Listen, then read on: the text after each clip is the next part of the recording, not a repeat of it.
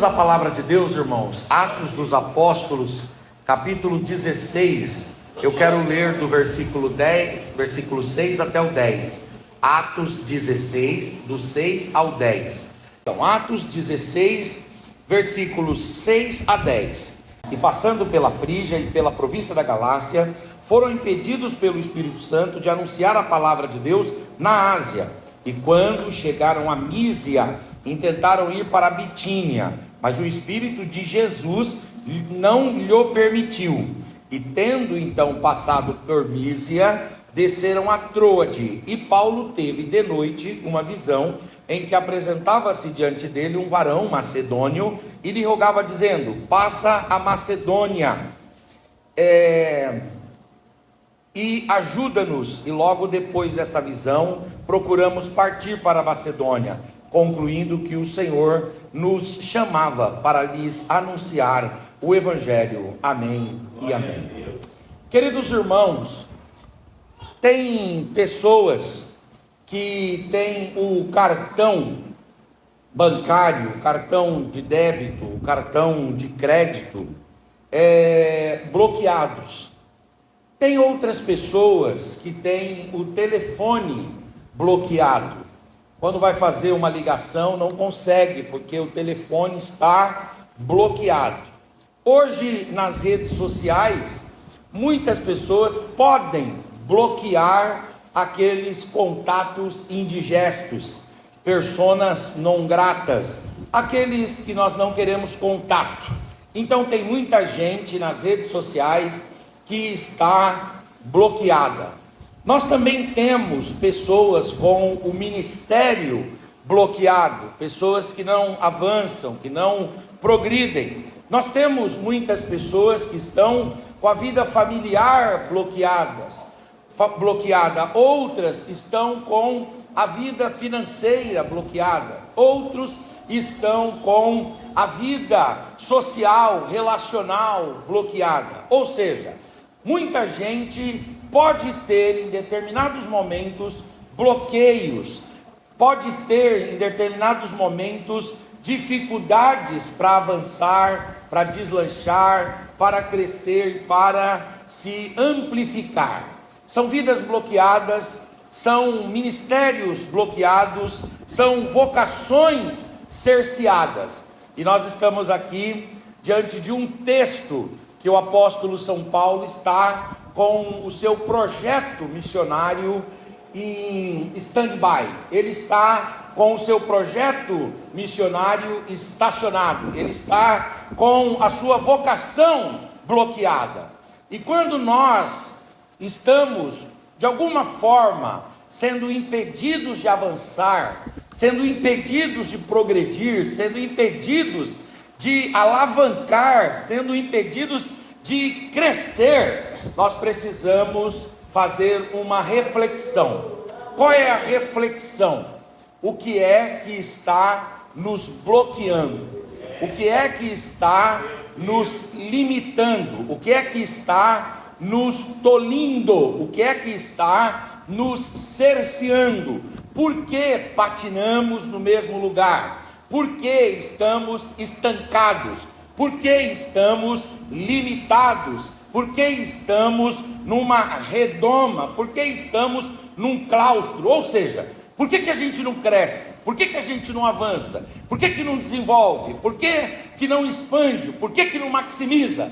É necessário fazer esta reflexão. Eu queria te convidar a pensar comigo. Se em alguma área da sua vida você identifica que naquele segmento, naquele ponto, naquele prisma, naquela situação, você não caminha e você poderia caminhar, o que é que pode estar impedindo? O que é que pode estar limitando? O que é que pode estar cerceando? Bom, às vezes, ao fazermos esta análise, podemos chegar à conclusão que o cerceamento, que o impedimento, que o bloqueio é resultado de nós mesmos. Ou seja, nós mesmos, às vezes, bloqueamos as coisas que nós desejamos. Aqui parece um paradoxo meio complexo. Nós desejamos, nós queremos, nós ansiamos, nós planejamos, nós rascunhamos, nós elaboramos, mas de alguma forma nós mesmos podemos, em algum momento, de alguma forma, impedir o nosso avanço. Existem pessoas que não avançam e a responsabilidade pelo não avanço é uma responsabilidade subjetiva, uma responsabilidade pessoal, uma responsabilidade própria. Nós mesmos podemos nos impedir de crescer, nós mesmos podemos colocar limites para nós, em qualquer área da nossa vida. Por isso é preciso fazer essa análise. O que me impede? Pode ser que você chegue à conclusão que você mesmo está se impedindo, não se permitindo, está se limitando. Nós podemos cercear-nos, nós podemos nos auto-frustrar, nós podemos sim impedir o nosso próprio crescimento. Quando é que nós mesmos somos um obstáculo, somos um impedimento, somos um empecilho para a nossa expansão? Quando é que nós mesmos servimos como bloqueios? Nós servimos como bloqueios, em primeiro lugar, quando nós temos uma personalidade muito forte, uma personalidade geniosa, é uma personalidade que gera, ainda que de modo inconsciente, bloqueios para os seus desenvolvimentos.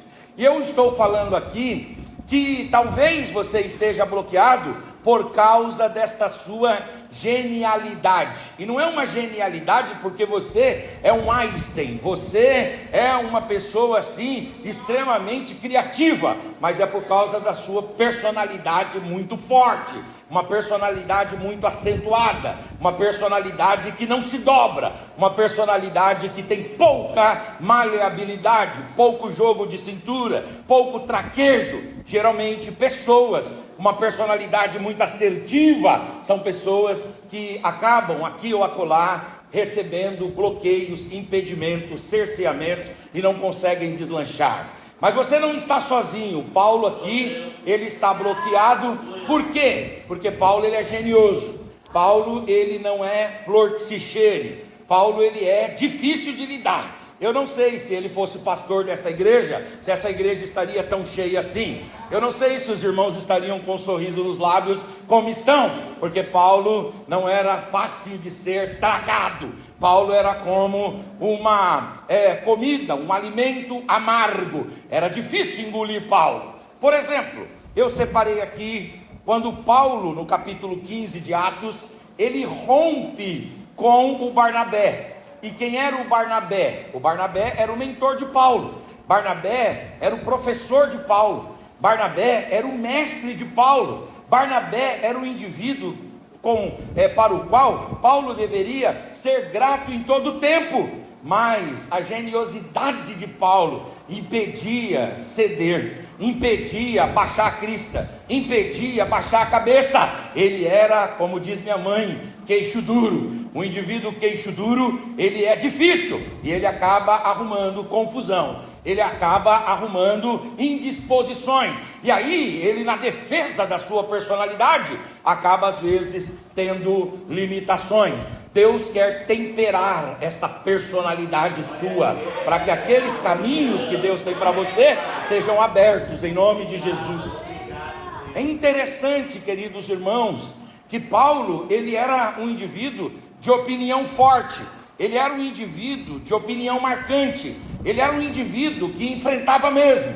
Por exemplo, quando a gente lê a carta de Paulo aos Gálatas, ele chega a dizer que um dia, no meio da igreja, ele colocou o dedo na cara de Pedro. Vejam os irmãos que Paulo colocou o dedo na cara de Pedro. Bom, o Paulo aqui está avaliando e valorando, essa é a palavra que eu queria usar, valorando mais a sua personalidade do que a autoridade de Pedro, e ele colocou o dedo na cara de Pedro. Eu vou dizer uma coisa, Paulo fez uma loucura quando ele fez isso. Em primeiro lugar, porque em 1 Coríntios 15, o próprio Paulo, em outro momento, ele chama o Pedro de coluna da igreja. Como você coloca o dedo na cara de uma coluna da igreja?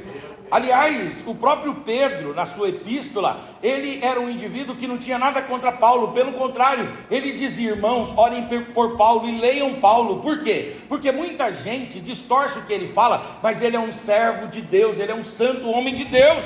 Então Paulo não podia ter feito isso. Em terceiro lugar, Paulo não conhecia o passado de Pedro, porque o passado de Pedro lhe condenava. Se o Malco, só porque estava lá no Monte das Oliveiras, já teve a orelha decepada, imagina o Paulo apontando o dedo na cara de Pedro. Paulo estava correndo um risco muito grande, mas ele fala isso: eu coloquei o dedo em riste, eu apontei o dedo na cara de Pedro. Ou seja, Paulo é um indivíduo de personalidade forte, que ultravaloriza a sua opinião. E é interessante que ele briga com Barnabé no capítulo 15, e no capítulo 16, o Espírito Santo lhe impede de progredir.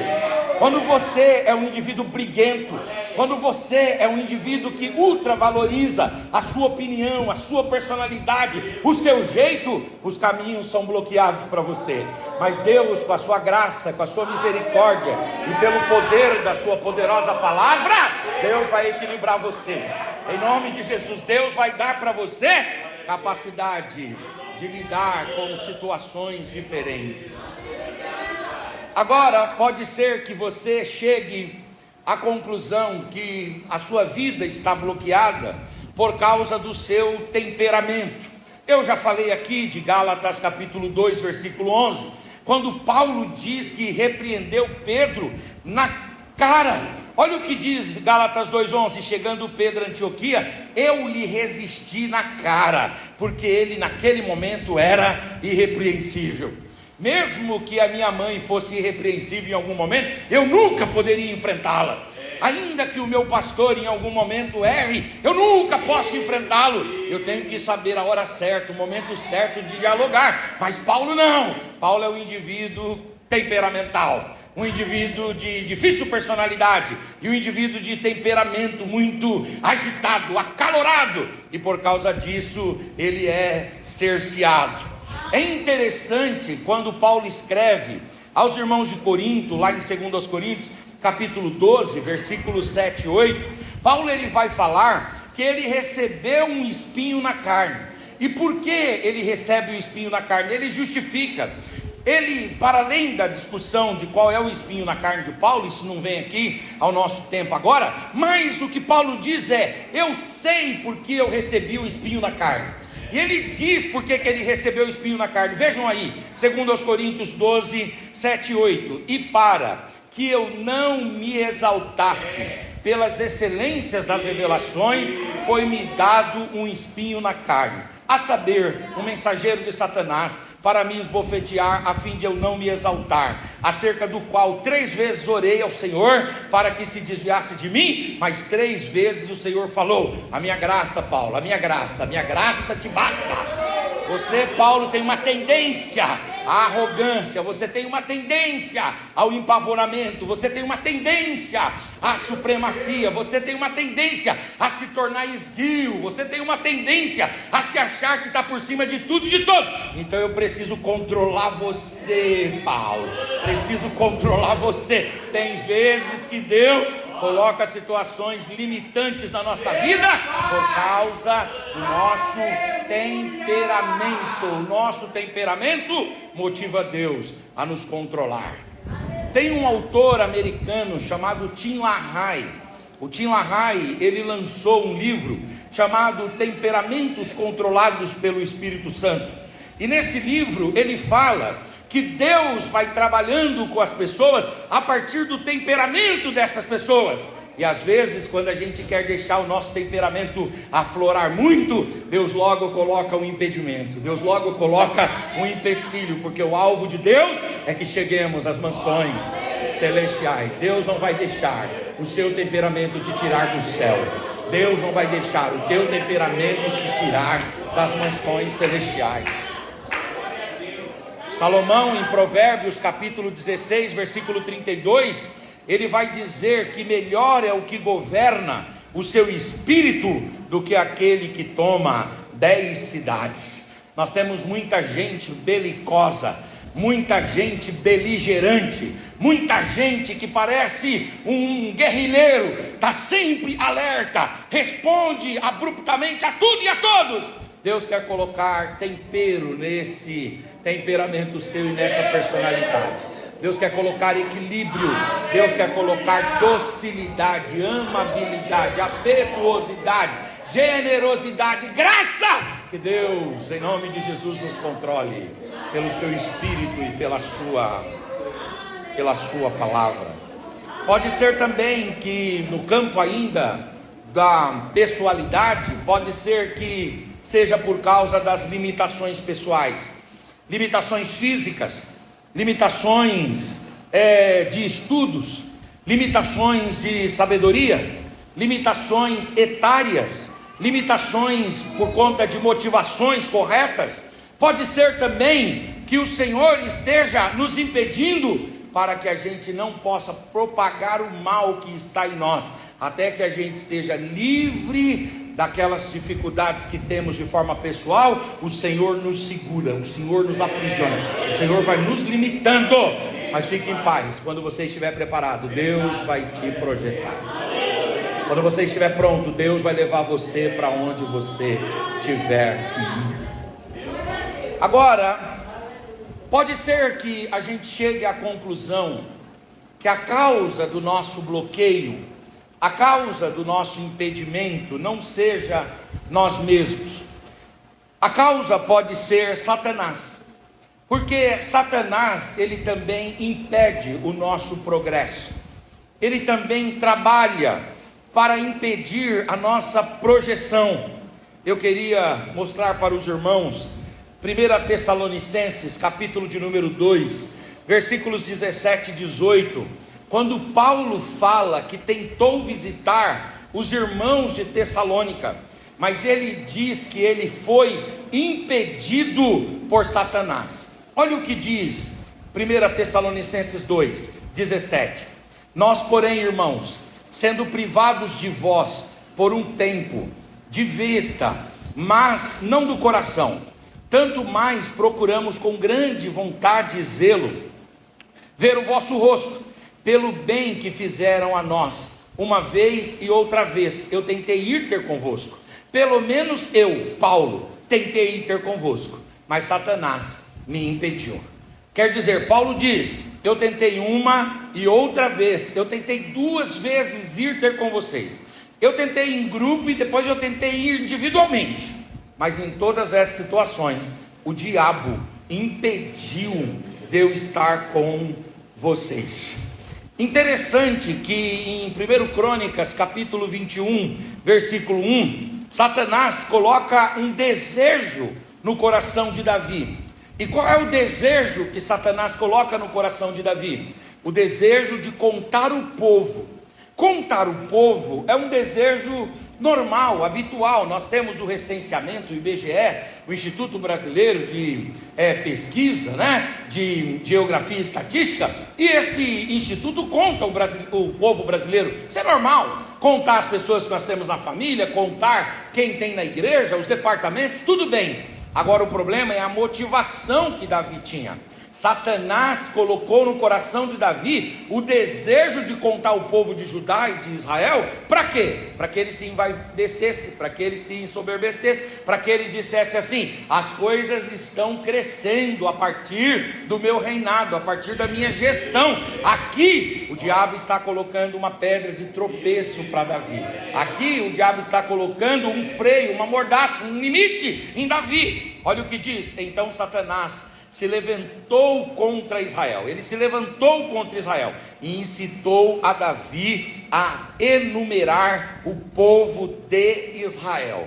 Ou seja, foi Satanás que falou no ouvido de Davi: conta o povo, faz um relatório, e quando tiver prontinho o relatório, levanta no outdoor e diz assim: olha o resultado da minha gestão aqui. Prestar conta é bom, é importante, é essencial, mas não para que você tenha vaidade, mas não para que a gente deixe o orgulho tomar conta de nós. Por quê? Porque a gente tem que ter a disponibilidade de Paulo lá na frente, depois de amadurecido. Eu plantei, Apolo regou, mas se tem algum crescimento, se tem alguma expansão, se tem algum progresso, não é a respeito de nós, Foi Deus quem deu o crescimento. É Deus sempre que dá qualquer tipo de crescimento. É Deus quem faz isso. O Pedro também, ele foi tomado pelo diabo, e isso trouxe impedimento ao seu ministério.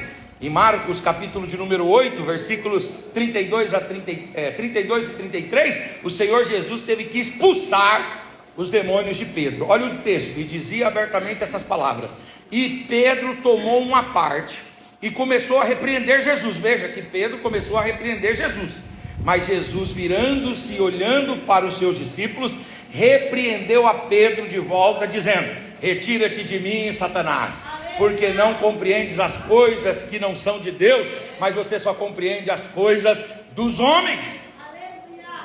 Em Efésios capítulo 4, versículo 27, o apóstolo Paulo vai falar aos irmãos de Éfeso: não deis lugar ao diabo.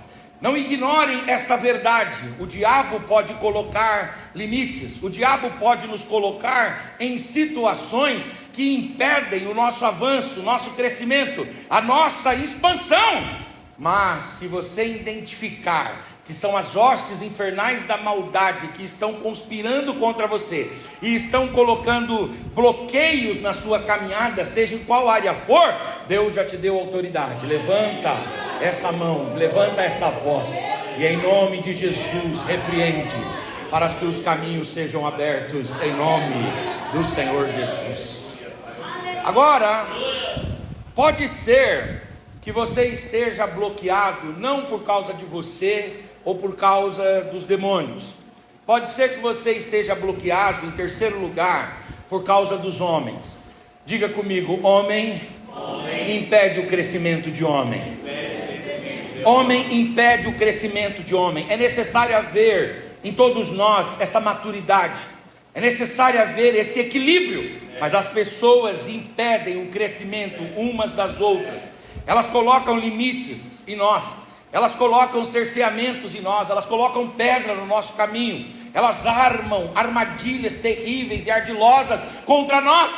Então não se ouvide. Pode ser que ao analisar por que você não expande, por que você não cresce, pode ser que você chegue à conclusão de que são homens que estão se levantando para fazer a sua vida ou retardar ou estancar.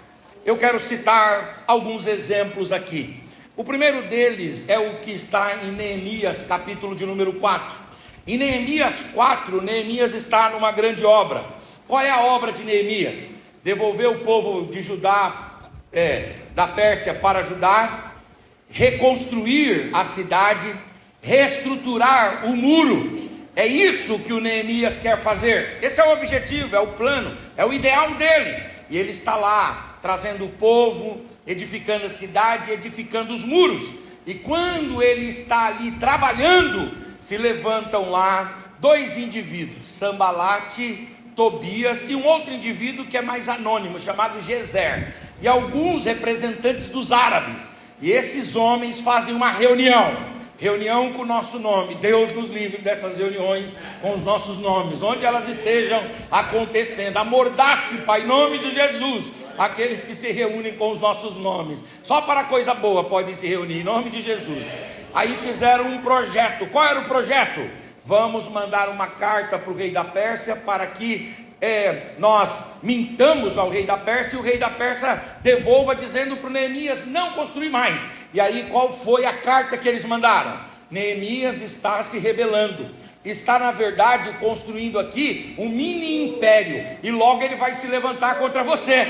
O rei recebeu lá, não tinha um WhatsApp para ligar para o Neemias imediatamente. O rei recebeu e mandou uma carta: eu estou mandando parar a obra. De repente chegou o indivíduo lá trazendo a carta do rei, dizendo: olha, Neemias, é para parar a obra. Aí o Neemias teve que mandar o pessoal parar, o cimento petrificou, ele teve que estancar toda a construção, até que ele escrevesse uma carta, mandasse para o rei lesse a carta e mandasse uma resposta dizendo: pode continuar. Então a obra Homens paralisam a nossa caminhada no trabalho, homens paralisam a nossa caminhada no ambiente estudantil, homens paralisam a nossa caminhada no desenvolvimento familiar, no desenvolvimento pessoal, no desenvolvimento vocacional e ministerial. É importante sabermos que homens podem colocar e colocam aqui ou acolá pedras no nosso caminho, mas a palavra do Senhor diz: eu colocarei o meu anjo ao seu lado,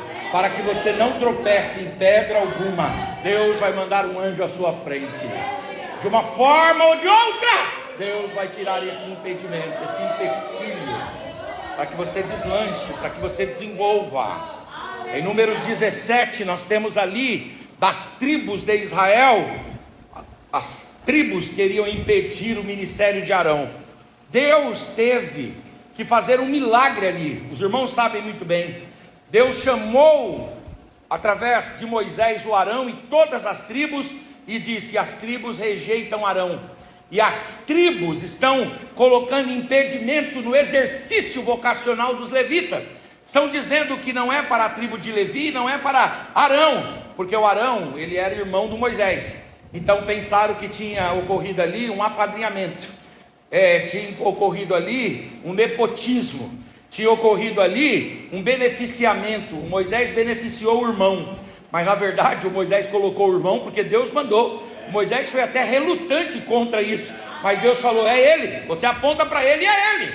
Mas os homens falaram: não é Moisés, e colocaram o povo contra Moisés e contra Arão. E aí a palavra de Deus diz que o Arão vem reclamar com Moisés, o Moisés vai falar com Deus. Aí Deus falou assim: eu vou dar um sinal no meio do povo, reúne todos os líderes, são 12 tribos, 12 líderes, e manda esses 12 líderes tomarem uma vara de amendoeira, uma vara seca de amendoeira, e todos eles vão trazer no tabernáculo, e eles vão dormir, e amanhã a vara que florescer e que tiver amêndoa, veja só, uma vara seca, toda sem galho, toda sem folha, toda sem flor, vai ser colocada 12 pedaços de paus assim, na frente do lugar santo, todos ali. E aí quando vocês forem dormir, eu vou dar um sinal, e eu vou confirmar qual é a tribo que eu quero levantar, e quem é que eu quero usar. E aí a palavra de Deus diz que no dia seguinte Moisés foi lá e falou: Rúben, está seco, Simeão, está seco, Gade, está seco, Naftali, está seco, Zebulon, está seco, todas as demais tribos estão todas secas. Aí quando ele pegou a tribo de Levi, a vara que Arão tinha entregado, a vara de amendoeira, estava florescida, estava com folhas, com flores e com frutos, tinha lá um monte de amêndoas. Aleluia, glória a Deus. Deus precisa ir na nossa frente e tirar os impedimentos que os homens querem colocar. Deus vai lutar a sua causa, Deus vai lutar a sua causa, Deus vai visitar esta sua jornada de uma forma que a sua trajetória não será impedida pelos homens. Agora é interessante que a gente pode chegar à conclusão que é o próprio Deus que está nos impedindo, porque é verdade que nós conspiramos contra nós mesmos, nós nos auto-sabotamos, é verdade que às vezes os demônios conspiram contra nós e se reúnem contra nós, e nós ficamos ali impedidos. É verdade também que os homens nos cercam, campeiam em nosso redor e às vezes não permitem o nosso avanço. Mas é verdade também, a gente não pode ignorar, a Bíblia tem que ser ensinada por completo, que às vezes quem se coloca no nosso caminho é o próprio Deus. O próprio Deus se coloca no nosso caminho, e quando Ele se coloca no nosso caminho, é porque Ele sabe que nós não estamos prontos ainda. Quando Ele se coloca no nosso caminho, é que Ele sabe que aquilo vai nos tirar da sua vontade. Quando Ele se coloca no nosso caminho, é porque Ele sabe que se nós recebermos aquilo, nós não seremos mais os mesmos. Deus vai nos dar tudo o que Ele prometeu, desde que estejamos prontos para receber. A bênção de Deus vem para nós quando somos capazes de administrá-la. Deus vai aperfeiçoar você, Deus vai preparar você, Deus vai amadurecer você, até que você esteja pronto para receber o que Deus tem para você. 1 Crônicas 14:14 fala que o Davi, ele quer subir contra os inimigos de Israel. E ele vai buscar a Deus: Senhor, eu subo ou não subo? E a palavra de Deus é esta: não sobe. Deus diz para ele: não sobe. Em outros momentos, Deus vai dizer: sobe que eu vou te dar vitória. Mas aqui, em 1 Crônicas 14, Deus fala: não sobe. Fala para o seu irmão: nem toda guerra é para você. Fala para ele com todo respeito, com todo o amor: não seja encherido. O que é de Deus é de Deus. Pronto. Às vezes é muito encherido. Você fica querendo: vou colocar minha cara em tudo. Não. Nem todas as guerras são para nós. Existem guerras que Deus levanta a sua palavra e diz: não vai. Não vai, porque isso não tem nada a ver com você. Como é que vai vir a vitória então? Fica em paz, porque eu tenho muitos agentes na terra. Fica em paz, porque eu tenho muitos joelhos na terra. E a hora que eu quero, eu faço a obra. Fica em paz, descansa, porque eu tenho muitas mãos na terra. E a hora que eu quero, eu uso essas mãos para fazer coisas extraordinárias. Eu acho muito interessante que em Atos 16, o texto que nós lemos, o apóstolo São Paulo foi impedido. E vejam como Lucas trabalha com as palavras.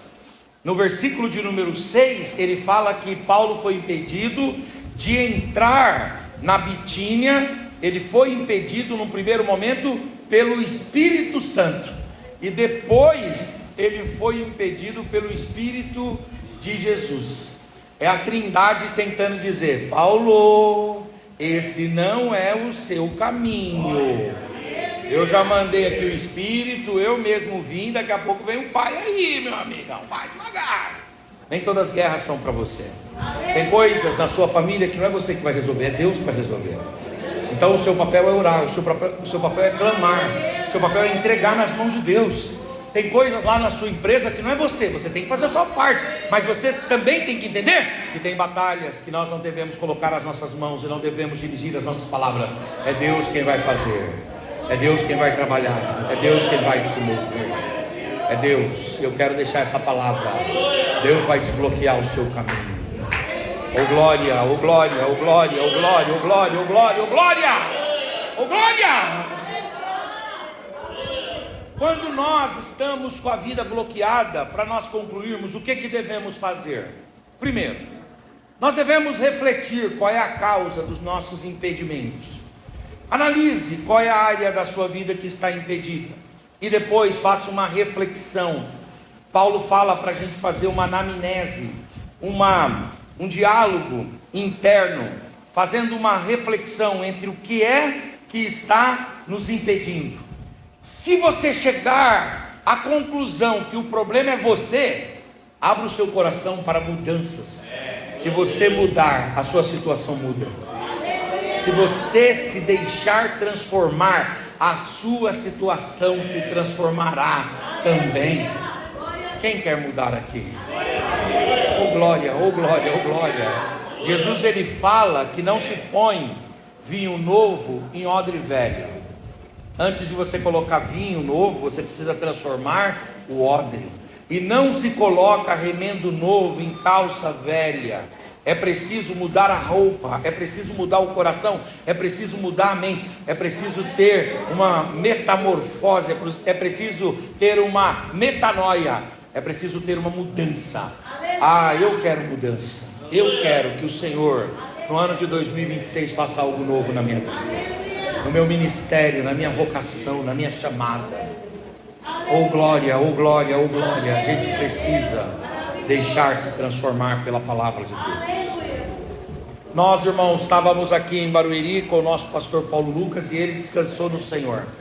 Descansou dia 26 de março de 2024.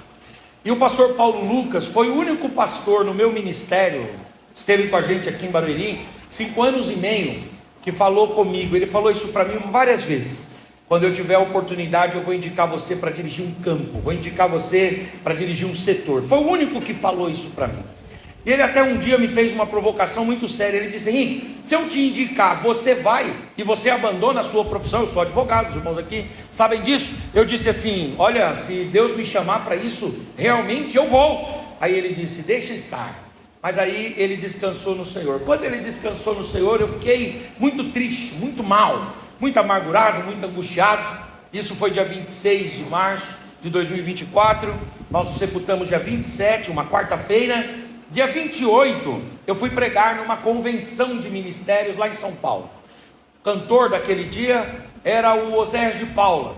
E aí, o Oséias de Paula cantou, foi uma festa, eu preguei tudo. Quando terminou a pregação, eu voltei assim para o meu lugar, o Oséias estava do meu lado. Daqui a pouco ele vai dar um tapão assim em mim, assim, ó. Ele nem tem liberdade comigo, me deu um tapa e disse assim para mim: meu filho, eu quero dizer uma coisa para você. Você acha que só porque o seu pastor morreu, você tem o seu ministério morto também? O seu ministério morreu também? Deus está mandando eu dar uma palavra para você. Hoje Deus vai fazer algo novo no seu ministério. Aí eu recebi aquela palavra e olhei no relógio, e já era mais de 10 horas, porque a convenção se estendeu um pouquinho. E aí eu falei na minha mente, né? Hoje Deus não vai fazer mais nada, porque mais de 10 horas já. Quando terminou, a gente tirou umas fotos, fez aquela tietagem, né? Para preparar lá o Instagram, alimentar o Instagram, né? Fez aquelas fotos, tal, não sei o quê. Quando terminou, subi lá para uma refeição que os irmãos estavam fazendo. Quando cheguei lá em cima, o pastor presidente do ministério me apontou e disse assim: gostei muito da pregação. Deixa eu falar uma coisa, vê na sua agenda se em agosto você está livre. Aí eu abri a agenda e falei: ó, tem algumas datas livres. Ele falou: do dia tal ao dia tal. Você vai comigo para a Europa, você vai pregar no congresso da nossa igreja lá de Portugal. Prepara aí. Você já tem passaporte? Eu falei: não. Ele falou: tira o passaporte, porque você vai conhecer a Europa, meu filho. Você vai pregar lá.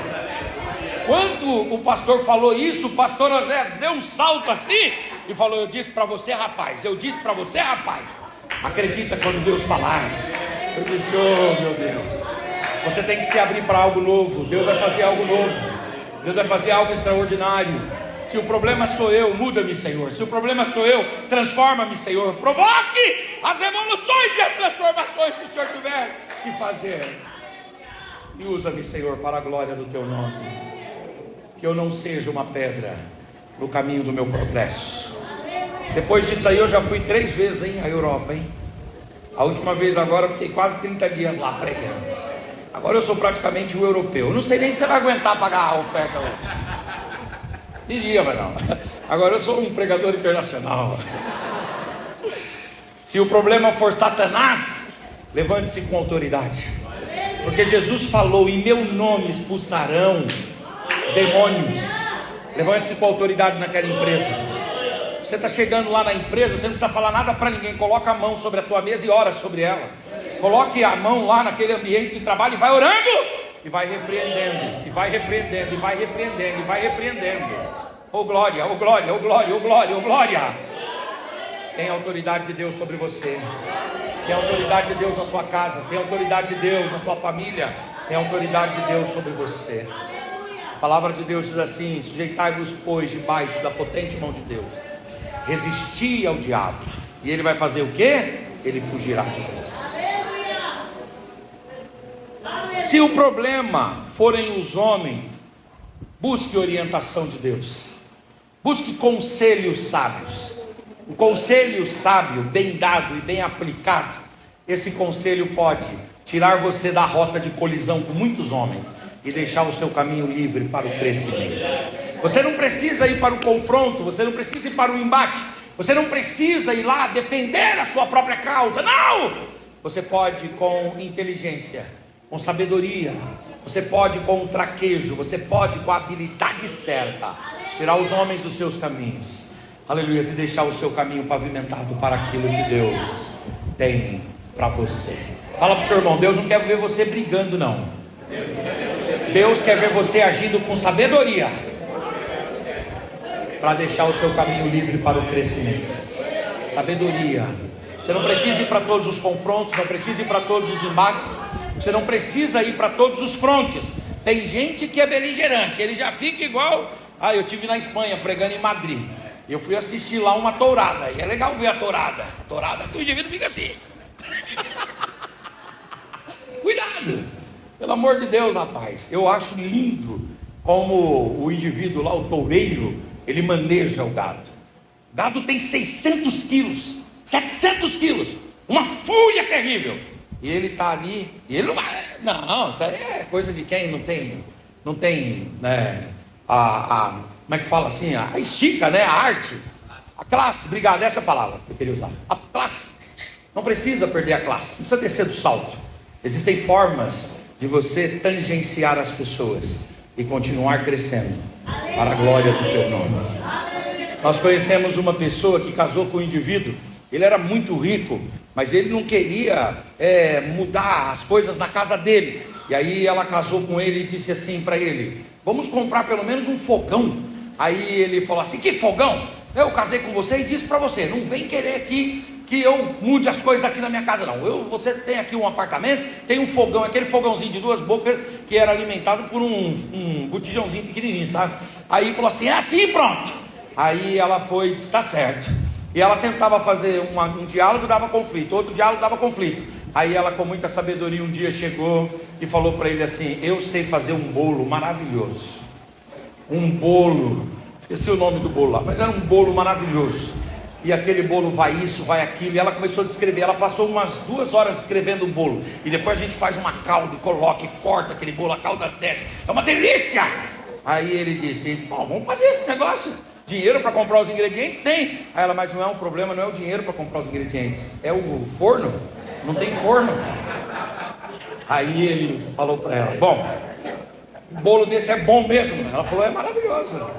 Então vamos comprar agora. Porque ele tinha recursos, foi lá e comprou a cozinha toda. Ela queria mudar de apartamento, porque eles moravam num lugar bem limitado. Ele, durão daquele indivíduo, né? Não, vamos morar aqui a vida inteira. Aí ela lá, morando com ele, ela falou assim: olha, deixa eu falar uma coisa, eu gostaria tanto de ver você nadando numa piscina grande. E começou a descrever e tal, os meninos brincando num playground. E ele: não, nós não vamos sair daqui, não vamos sair daqui. Um dia, por nada assim, ela vai e fala para ele assim: vamos só visitar o stand. Ele comprou a unidade mais cara lá. Ela hoje mora no lugar que ela quer morar. Fala para o seu irmão: sabedoria, sabedoria é tudo. Deus vai, aleluia, se dá sabedoria.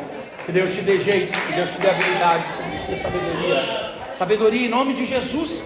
Eu sei que a gente quer levar as coisas na truculência, na resistência, mas as portas do Senhor vão se abrir para nós. E você não vai precisar colocar a sua mão, a porta vai se abrir. Você não vai precisar colocar a sua mão, a porta vai se abrir. Você não vai precisar colocar a sua mão, a porta vai se abrir. A porta vai se abrir. A porta vai se abrir. Pai, nós pregamos a Tua palavra, Senhor. A Tua palavra é viva, ela é eficaz.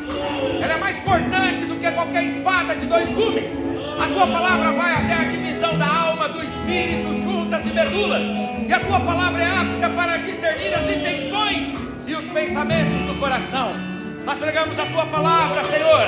E a Tua palavra é como um martelo que vai destruindo toda a resistência, Pai. Nós pregamos a Tua palavra, e a Tua palavra é como fogo que vai queimando, que vai ardendo, que vai trazendo novidades, Senhor.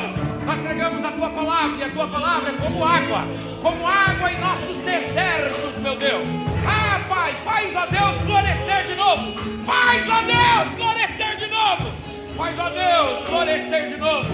Ah, meu Deus, nos desertos, nas limitações, nos lugares hostis, áridos, Senhor, inférteis e improdutivos, Pai, em nome de Jesus, Senhor. Faz algo novo aqui esta noite. Faz algo novo aqui esta noite, Senhor. A bacana era da cima,